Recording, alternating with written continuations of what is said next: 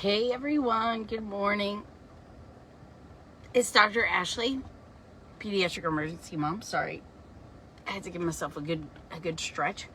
I hope y'all are having a great week. I wanted to touch a little bit about the video. I think I posted my YouTube link to the video about neurodiverse kids that I uploaded yesterday. So let's see if I can get my days right. Today's Thursday, Tuesday. I had a consultative conversation with a mom whose child has ADHD, and her concerns with having a child with ADHD and in the traditional school model really resonated with me, and we had a great conversation. And that's what I told her. Some of these consultative conversations, honestly, it may end up being just a little bit of therapy for parents, because she was able to just talk through a lot of her concerns, and then it was cathartic for me as well. Being the parent of a child with ADHD, you know, we often feel like our kid is the only one, and our kid is the only one in class having issues. And even though we know in our rational brains it's not the case, but we do often times as parents feel like we've done something wrong, or we're not doing something right. And then we had a good laugh about I constantly live on this line of I'm being too hard on him and I'm not being hard enough on him, and then you start to then your brain goes down a rabbit hole. And so, like I told this mom, you know, it's kind of like when we take care of kids in the emergency department that have fever. I have seen thousands and thousands of kids with fever. Fever doesn't get me excited, right? Like, it has to be fever and some other things that get me excited and make me really, really worried. But I'm not going to tell that to the family. In that moment, when I'm treating that child, that child is the most important person to me, and I'm going to sit and be very patient and understanding with the family. And that's because even though I've seen thousands of kids with fever, they haven't gone through this thousands of times, and this is their child. This is the most important thing in their life. And so I'm going to be very empathetic with them. And this is what I've tried to teach my residents as well, to do the same. And so I think as a parent with an ADHD child, and I say neurodiverse because that can cover so many things, right? That covers ADHD, it covers autism spectrum, it covers sensory processing or executive functioning limitations. It covers all of that, right? So, you know, I can say as a parent of a neurodiverse child, when the school delivers some of this information, like, okay, we're having, you know, issues with focus and not finishing work. And even though they don't intend it, and I think they're being so protective of other kids, right? Because they can't say, well, there are 4 other boys in the class that are going through the same thing. The way the information is delivered is often it feels very stigmatizing, and it feels like you're not doing, at least for me, it feels like I'm not doing a good job as a parent. And it feels like, oh my gosh, my child is the only one. And we've been going through this. We've gone through this for a few years, and it's hard. And so some girl moms might not fully understand this, but you know, the traditional school model for active little boys, it's not a great fit. And so how do you help active little boys who are very intelligent and do have elements of ADHD succeed in the traditional school model? And parents struggle with, you know, do we start them on medication or not?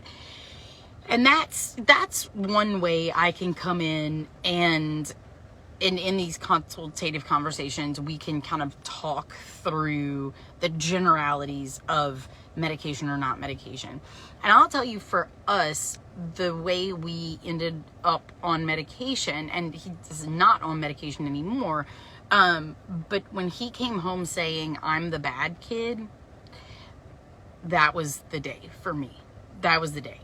And so that video that I did was just really reaching out to those parents who needed to hear that you are not alone.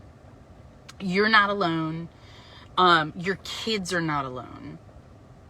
And I told this mom, I said, I would just based on what I've seen in the emergency department and statistics, and in talking to friends with little boys of similar ages who are in traditional schools, at least 25 to 30%, at least, are going through the same thing.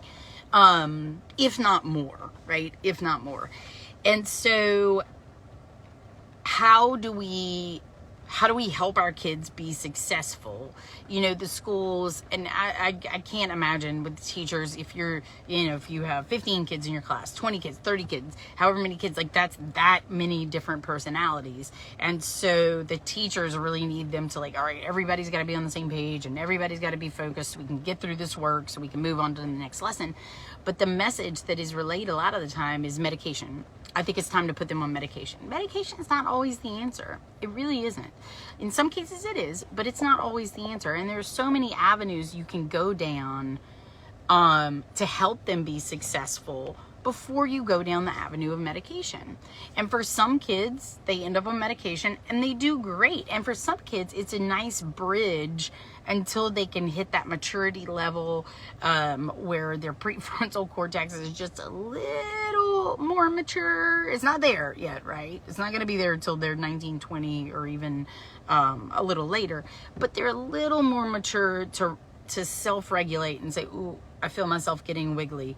Let me reach into my proverbial toolbox for my tools to say, okay, I know I can deep breathe. I know I can count my breaths, or I know I can count, do the taps and count, or I know that I can do ankle circles, or whatever they know they can do to get the wiggles out, calm down, and finish their work. And I'll tell you from a personal experience, our 9-year-old had been on medication for a few years, and in the fall, we had a medication switch. We had a medication switch because there were some anxious behaviors on the medication. So we switched to a different medication thinking maybe that would be helpful with the anxious behaviors. And I had the opportunity, this has been the first year in a while where parents have really been allowed to be back in the school because, with COVID restrictions, previous COVID restrictions. And so I had the opportunity to really be around him at school on the medication.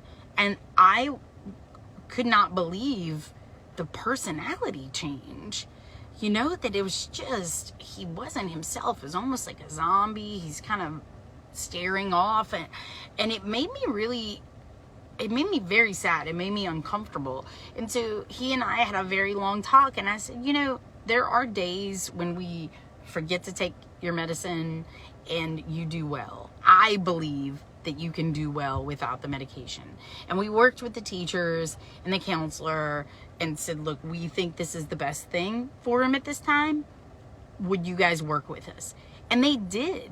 And he's made it from maybe October to now off of medications. Now, we've had some days where, there's a work deficiency. He hasn't finished work. But he's done it.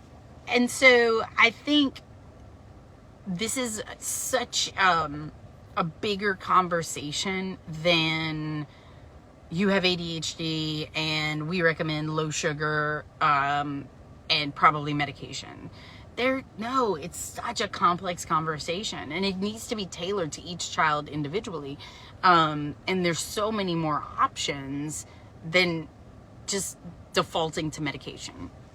So anyway, to wrap it up, I just wanted you guys to know that I am here if you need We can have these conversations on an individual basis. And, you know, each child is their each unique person.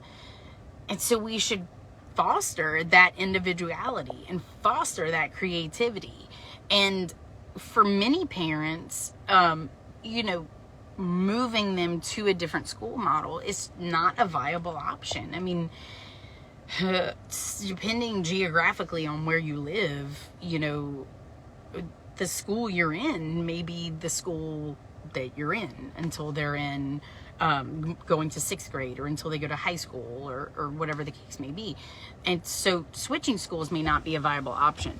And so we can together, you know, it takes a village, figure out a way to help your child succeed in whatever school model they're in. So just reassuring you that you're not alone, and reassuring your kids that they are not alone, or excuse me, not alone. And it doesn't mean that there's anything wrong with them. It just means that their brain works a little differently. Special in a good way. And we need to encourage that. So I hope y'all have a good rest of your day, and I will talk to you soon. The grocery store is about to open, so I'm gonna head.